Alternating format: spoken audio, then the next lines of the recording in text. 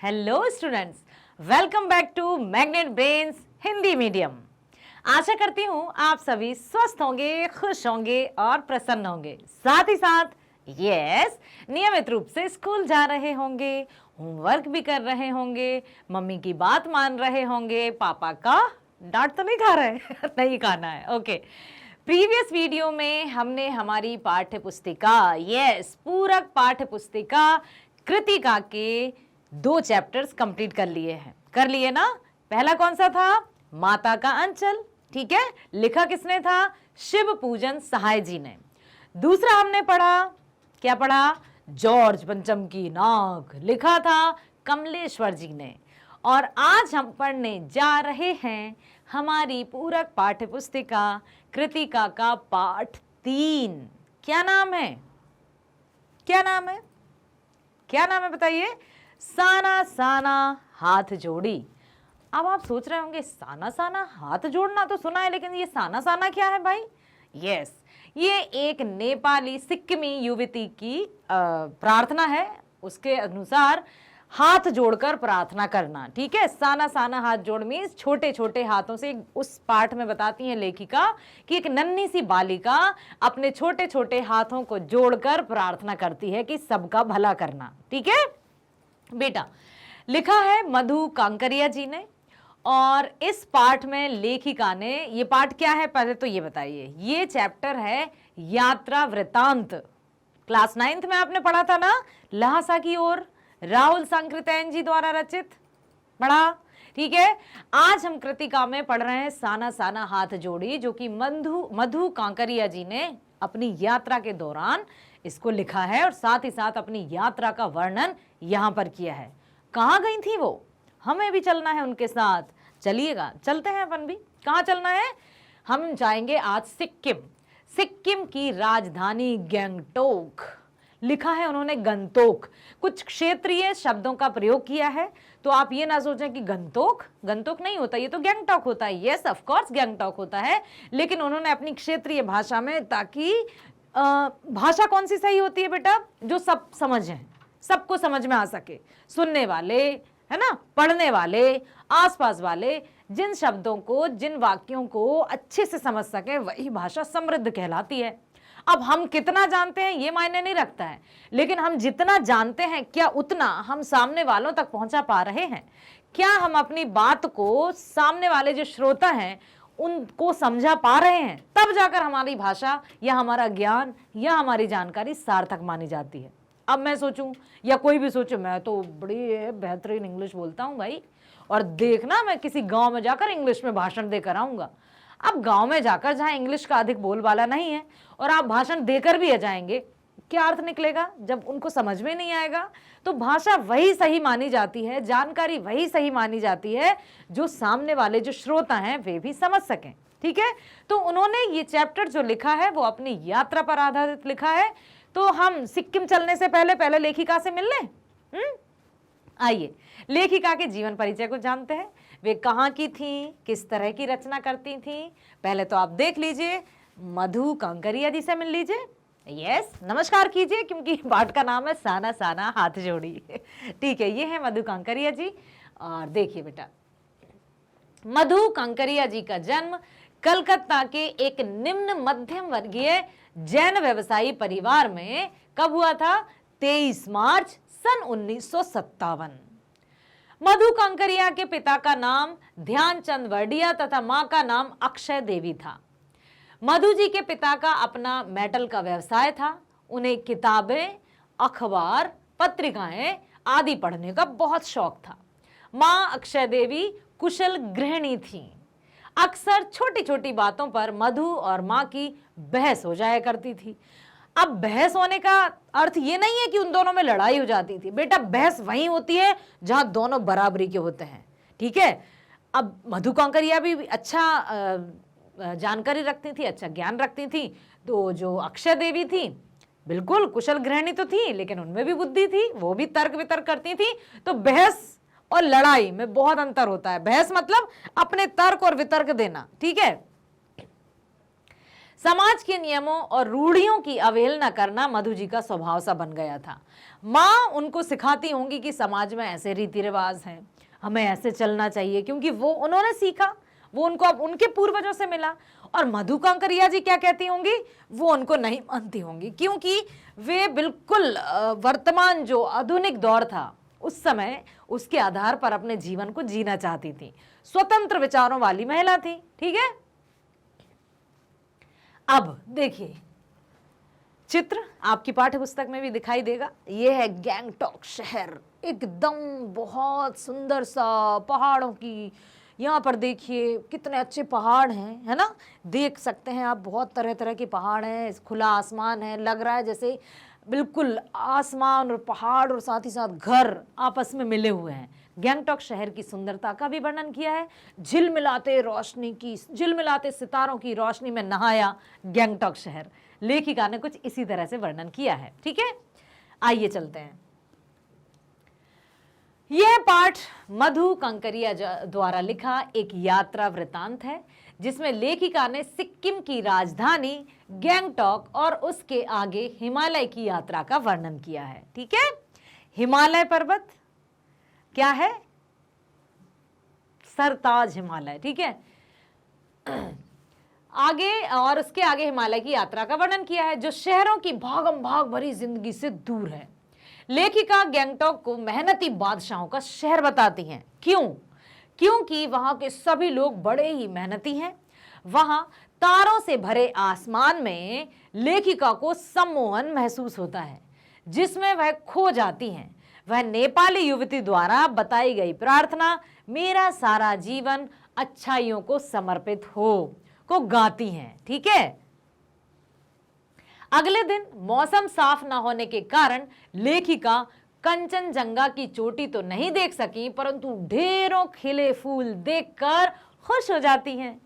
वह उसी दिन गैंगटॉक से 149 किलोमीटर दूर युमथांग देखने अपनी सहयात्री मणि और गाइड जितेन नार्गे के साथ रवाना होती हैं। जितेन कौन था? ध्यान रखिएगा कि जितेन जो था वो गाइड था, ड्राइवर भी था और गाइड भी था। ठीक है, गैंगटॉक से युमथांग को निकलते ही लेखिका को एक कतार में लगी सफेद सफेद बौद्ध पताकाएं दिखी। हाँ, अब उनको जो सफेद सफेद बौद्ध पताकाएं थी वो लहरा रही थी, फहरा रही थी। ये शांति और अहिंसा की प्रतीक थी और उन पताकाओं पर कुछ मंत्र लिखे हुए थे। अब लेखिका ने सोच में पड़ गई कि ये सफेद पताकाएं, झंडे, ध्वज, समझते हैं, पताका मीन्स झंडे, अब वो लगे थे और उन पर कुछ मंत्र लिखे थे। लेखिका के मन में उत्सुकता जागती थी, वे हर एक बात की तह तक जाना चाहती थी। तो उन्होंने अपने ड्राइवर और जो गाइड था जितेन, उससे पूछा कि ये क्या है। तब जितेन क्या बताते हैं, लेखिका के गाइड ने उन्हें बताया कि जब किसी बौद्ध मतावलंबी की मृत्यु हो जाती है तो उसकी आत्मा की शांति के लिए शहर से दूर किसी पवित्र स्थान पर 108 श्वेत पताकाएं फहरा दी जाती हैं। ध्यान से सुनिएगा, वहां पर 108 या बहुत सारी उनको जब सफेद, श्वेत मीन सफेद, पताका मीन झंडे, ठीक है, श्वेत पताकाएं जब फहराई हुई दिखी, लहराई हुई दिखी, तो उन्होंने अपने गाइड से पूछा कि ये क्या है। तो जितेन ने बताया कि जब किसी बुद्धिस्ट की, बुद्धिस्ट मीन्स बौद्ध धर्म के अनुयायी, जब किसी बुद्धिस्ट की मृत्यु हो जाती है तो शहर से दूर किसी स्थान पर 108 श्वेत पताकाएं फहरा दी जाती हैं। इन पर मंत्र लिखे होते हैं और साथ ही साथ उसने बताया कि मैडम इनको उतारा नहीं जाता, ये अपने आप ही नष्ट हो जाती हैं। ठीक है, इन्हें उतारा नहीं जाता, ये खुद नष्ट हो जाती हैं। कई बार नए शुभ कार्य की शुरुआत में भी रंगीन पताकाएं फहरा दी जाती हैं। अब एक और बात ध्यान से सुनिए, श्वेत अर्थात सफेद पताकाएं कब फहराई जाती थी? जब किसी बुद्धिस्ट की मृत्यु होती थी। और रंगीन, रंग बिरंगी पताकाएं कब फहराई जाती थी? जब किसी नए कार्य का शुभारंभ किया जाता था। तो याद रखिएगा। जितेन ने बताया कि कवि लॉन्ग स्टॉक नामक स्थान पर गाइड फिल्म की शूटिंग हुई थी। ठीक है, गाइड फिल्म की शूटिंग भी यहीं पर हुई थी। लेखक बताते जा रहा, लेखिका को जितेन अर्थात उनका गाइड बताता जा रहा था। आगे चलकर मधु जी को एक कुटिया के भीतर घूमता हुआ एक चक्र दिखाई दिया, जिसे धर्म चक्र या प्रेयर व्हील कहा जाता है। ठीक है बेटा, तो जब किसी बुद्धिस्ट की मृत्यु होती है रंगीन श्वेत पताकाएं, और जब कुछ नया कार्य होता है तो रंगीन पताकाएं फहरा दी जाती हैं। जितेन ने बताया कि कभी लॉन्ग स्टॉक नामक स्थान पर गाइड फिल्म की शूटिंग हुई थी। और एक बार और मैं बता देती हूँ। फिर उन्होंने क्या कहा कि कुटिया के भीतर घूमता हुआ एक चक्र दिखाई दिया। किसको? लेखिका को। अब देखिए, लेखिका बड़ी जिज्ञासु प्रवृत्ति की थी। जब उन्होंने इस तरह का एक चक्र देखा तो उनको लगा ये क्या है।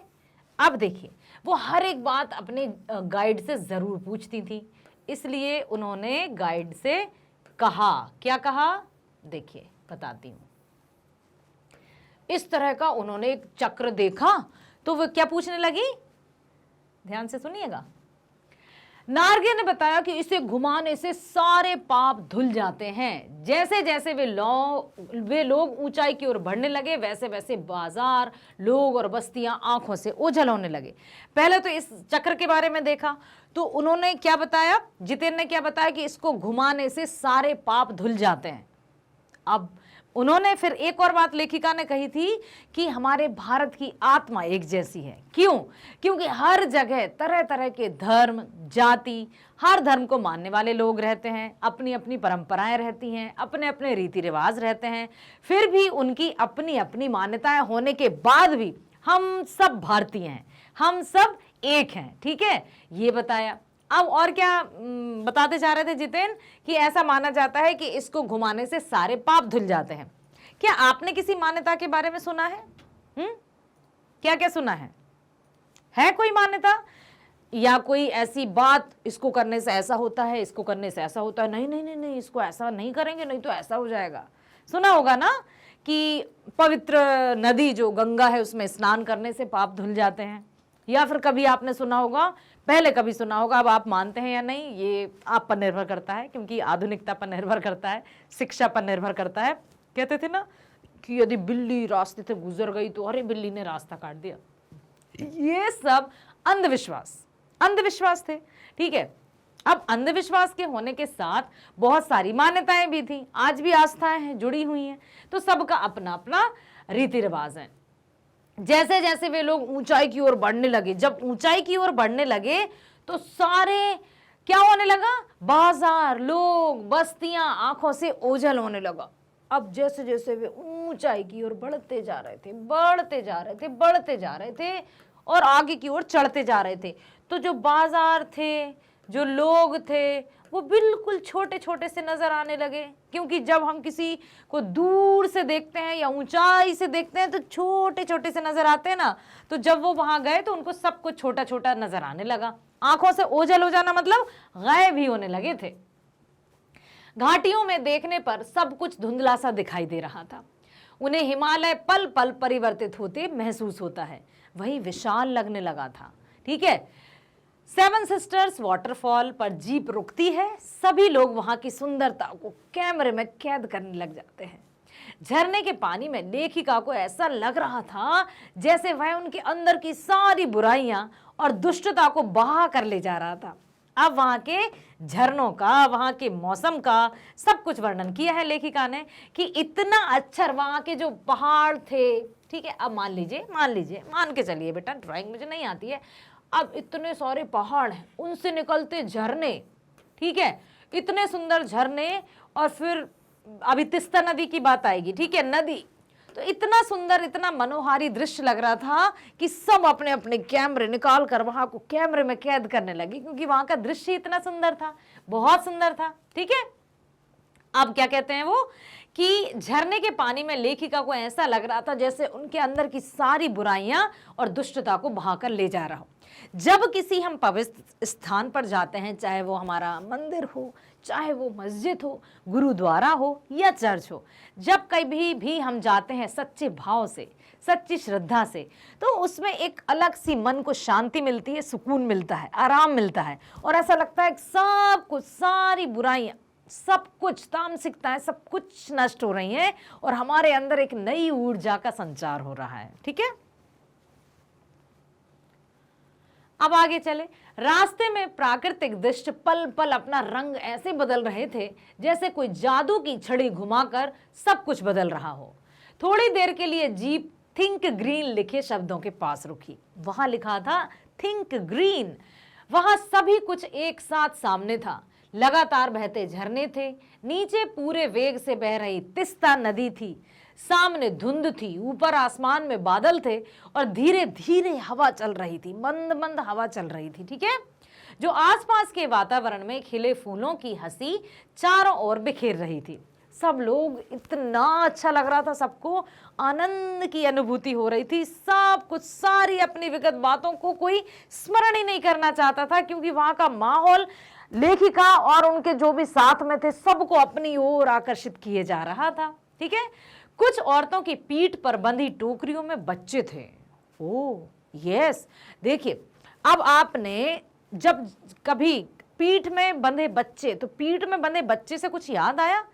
रानी लक्ष्मीबाई, यस, झांसी की रानी लक्ष्मीबाई की आपने देखी होगी ना, तस्वीर देखी होगी, मूर्तियां देखी होंगी, तो उसमें पीछे उनकी पीठ से बच्चा बंधा रहता था। तो ये जब भी हम पढ़ते हैं तो याद आता है झांसी की रानी की वीरता याद आ जाती है। खूब लड़ी मर्दानी, वह तो झांसी वाली रानी थी। कवयित्री सुभद्रा कुमारी चौहान द्वारा रचित कविता, जो आपको पता होगी। तो बेटा, ना केवल वहां के पुरुष ही मेहनती होते हैं, बल्कि महिलाएं भी दिन रात पत्थर तोड़ती हैं और छोटे छोटे बच्चों को पीठ में बांध लेती हैं टोकरी में, क्योंकि कहाँ रखेंगी वो, किसके पास छोड़कर जाएंगी, किसकी सुरक्षा में? तो पत्थर तोड़ेंगी, रास्ते बनाएंगी। लेकिन इतना अच्छे से लिखा है मधु कांकरिया जी ने कि उनकी मातृत्व भावना और श्रम साधना साथ में देखी जा सकती है। ठीक है, उनकी पीठ पर बंधी टोकरियों में बच्चे थे। इतने सुंदर वातावरण में भूख, गरीबी और मौत के निर्मम दृश्य ने लेखिका को सहमा दिया। लेखिका अंदर से अंदर को अपने आप से झकझोर दिया कि इतना काम करती हैं, इतना, मतलब इतना सब कुछ देकर उनको कितना कम मिलता है। इतनी मेहनत करती हैं फिर भी उनको कितना कम प्राप्त होता है, इतनी मेहनत करने के बाद भी। साथ ही साथ लेखिका कहती हैं कि एक कर्मचारी ने बताया कि ये पहाड़ी रास्ते को चौड़ा बना रही हैं। कई बार काम करते समय किसी ना किसी व्यक्ति की मौत भी हो जाती है। अपनी मौत से बेखबर लोगों को, अर्थात हम सब सैलानियों के लिए, यात्रियों के लिए वो सड़कों को चौड़ा कर रही हैं और उनके छोटे छोटे बच्चों को भी पीठ में बांधे हुए हैं। क्योंकि जब पहाड़ों को डायनामाइट से उड़ाया जाता है तो उनके टुकड़े इधर उधर गिरते हैं। यदि उस समय सावधानी न बरती जाए तो जानलेवा हादसा घट जाता है। पहाड़, पत्थर, रास्ते, और वहाँ हर कोई ड्राइव भी नहीं कर पाता है। हर कोई मतलब ऐसा नहीं रहता कि सामान्य सा व्यक्ति जाएगा और वहाँ पर जीप चलाने चला जाएगा। नो, वहाँ के जो रास्ते रहते हैं इतने खतरनाक रहते हैं, इतने सकरे रहते हैं कि जरा सी नजर हटी और दुर्घटना घटी। बताया ना वहाँ कि डायनामाइट से पत्थरों को, मतलब पहाड़ों को उड़ाया जाता है, फिर पत्थरों के टुकड़े यहाँ वहाँ बिल्कुल फूट जाते हैं। यदि सावधानी नहीं बरती गई तो किसी की भी जान भी चली जाती है। लेखिका को लगता है कि सभी जगह आम जीवन की एक कहानी, एक ही कहानी है, कहानी एक सी है। आगे चलने पर रास्ते में बहुत सारे पहाड़ी स्कूली बच्चे मिले। अब स्कूल जा रहे हैं बच्चे। सोचिए बेटा कि हम सब, खास तौर से मैं अब आपसे कहूंगी कि आपको जो समय मिला है वो गोल्डन है, स्वर्णिम अवसर मिला है। आपको इतने अच्छा परिवार मिला है, माता पिता मिले हैं, स्कूल की सुविधाएं प्राप्त हैं।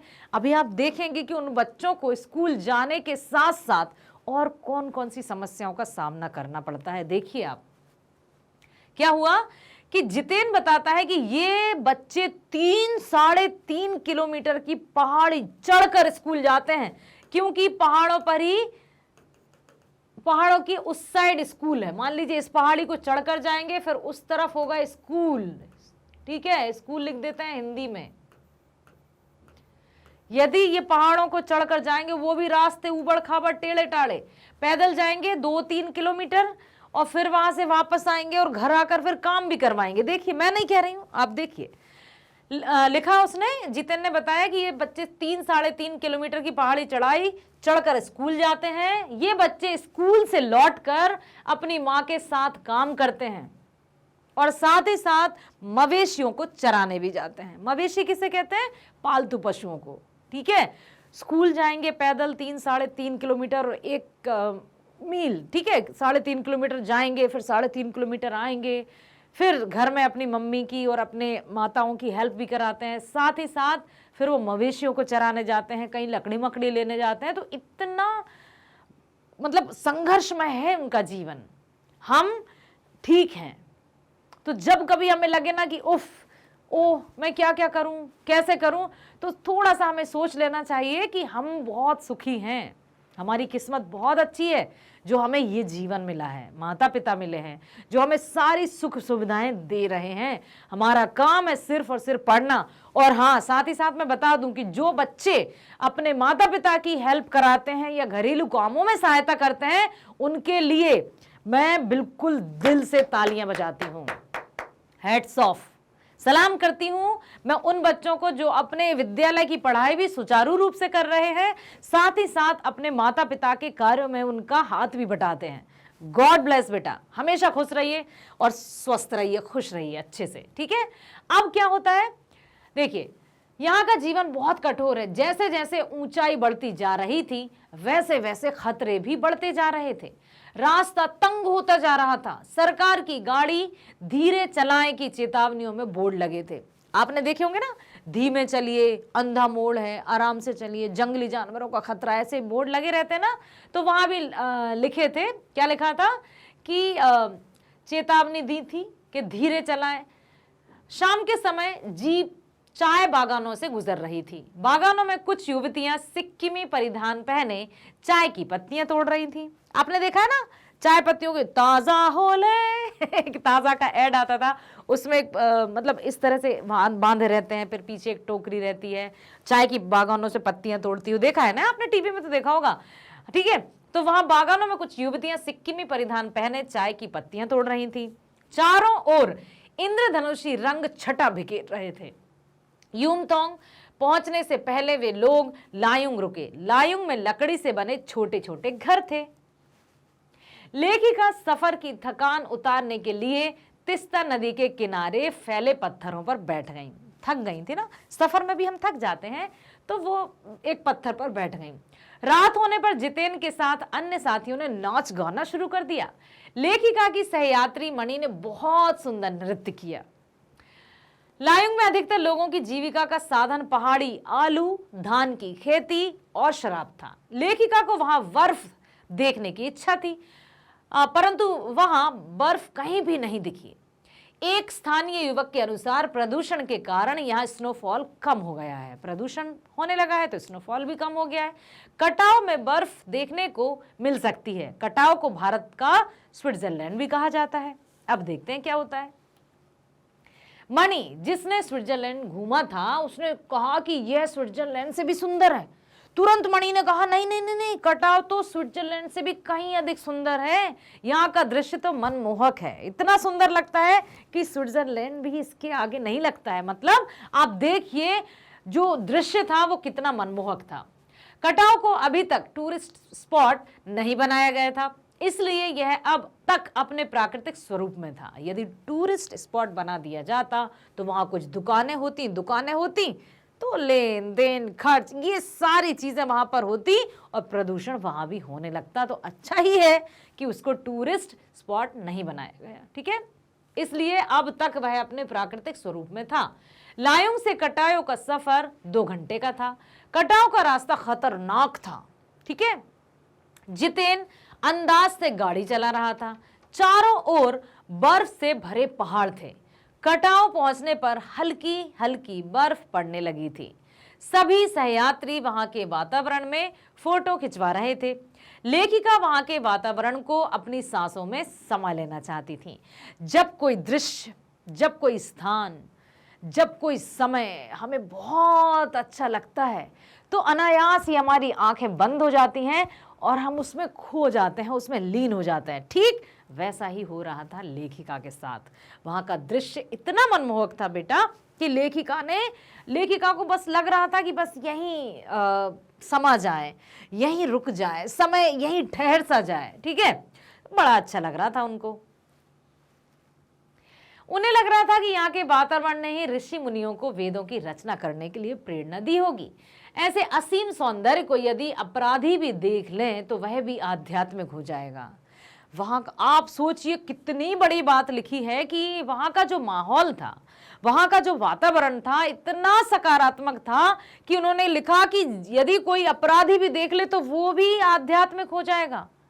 इतनी बड़ी बात उन्होंने कही, मतलब इतनी सकारात्मक पॉजिटिव एनर्जी, पॉजिटिव वाइब्स आती है ना, कि कितनी अच्छी मतलब वहां की ऊर्जा है, वहां की एनर्जी है, वहां का आसपास का वातावरण है कि बस शांति, चारों ओर बिल्कुल शांत माहौल, इतने अच्छे लोग, निश्चल, निष्कपट, निष्पाप, और वहां का जो माहौल था वो अति रमणीय भी था और प्रेरणादायक भी था। ऐसे असीम सौंदर्य को यदि कोई अपराधी देख ले तो भी आध्यात्मिक हो जाए।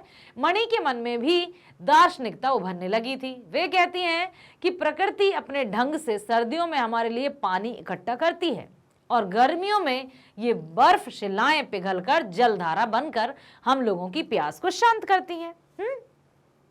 प्रकृति का यह जल संचय अद्भुत है। इस प्रकार नदियों और हिम शिखरों का हम पर ऋण है। समझ में आया कि जो नदियां हैं, जो हिम शिखर हैं, उनका तो हम पर ऋण है। ऋण मतलब समझते हैं कर्ज।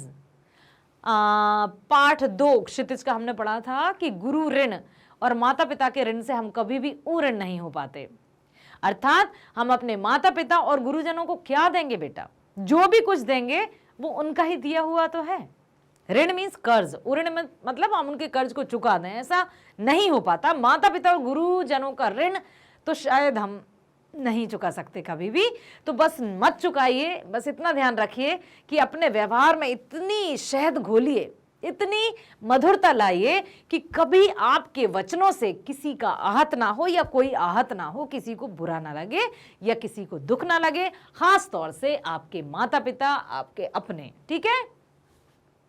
अब देखिए, उन्होंने कहा ऐसा असीम सौंदर्य को यदि कोई अपराधी भी देख ले तो ठीक है, प्रकृति का यह जल संचय अद्भुत है। साथ ही साथ मणि ने बताया और लेखिका ने बताया कि क्या होता है, सर्दियों में बर्फ जम जाती है, गर्मियों में वही बर्फ पिघलकर पानी का रूप लेती है। इस तरह से जल संचय की प्रकृति ने कितने अच्छे से वो की है ना, एक तकनीक कि गर्मियों में ऐसा होगा, सर्दियों में ऐसा होगा, ताकि हम सबको पीने का पानी मिल सके, ठीक है।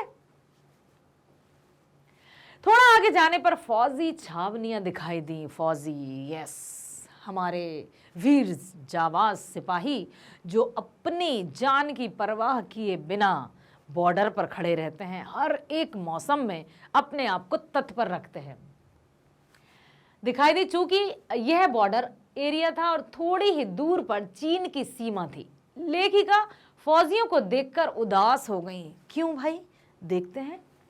बैसाख के महीने में भी वहां बहुत ठंड थी। वे लोग पौष और माघ की ठंड में किस तरह रहते होंगे। वहां जाने का रास्ता भी बहुत खतरनाक था, बहुत खतरनाक। और जो चीज या जिस बात का हमें अनुभव नहीं होता ना, हम जस्ट कल्पना ही कर सकते हैं। और कल्पना भी यदि हम सही से करेंगे ना तो रोम रोम हमारा खड़ा हो जाएगा और हम मतलब उसमें सोचते ही रह जाएंगे कि क्या, कैसे अपना जीवन यापन करते होंगे वे। -16 डिग्री का भी यहाँ पर चर्चा की है पाठ में कि -16 डिग्री होने पर भी वे आराम से हमारे देश की रक्षा के लिए तैनात रहते हैं। कोई शिकायत नहीं रहती, कोई शिकन नहीं रहती उनके चेहरे पर। कटाव से युमथांग की ओर जाते हुए प्रियुता और रोडोडेंड्रो ने फूलों की घाटी को भी देखा। युमथांग कटाव जैसा सुंदर नहीं था। जितेन ने रास्ते में बताया कि यहाँ पर बंदर का मांस भी खाया जाता है। ओह माय गॉड, अपनी अपनी, ठीक है। बंदर का मांस खाने को कैंसर नहीं होता, मांस खाने से कैंसर नहीं होता। युमथांग वापस आकर उन लोगों को वहां सब फीका फीका लग रहा था। पहले सिक्किम स्वतंत्र राज्य था, अब वह भारत का एक हिस्सा बन गया है, ठीक है। इससे वहां के लोग बहुत खुश हैं। पूछा भी था कि क्या आप सिक्किमी हैं, तो उसने कहा नहीं, मैं एक भारतीय हूँ।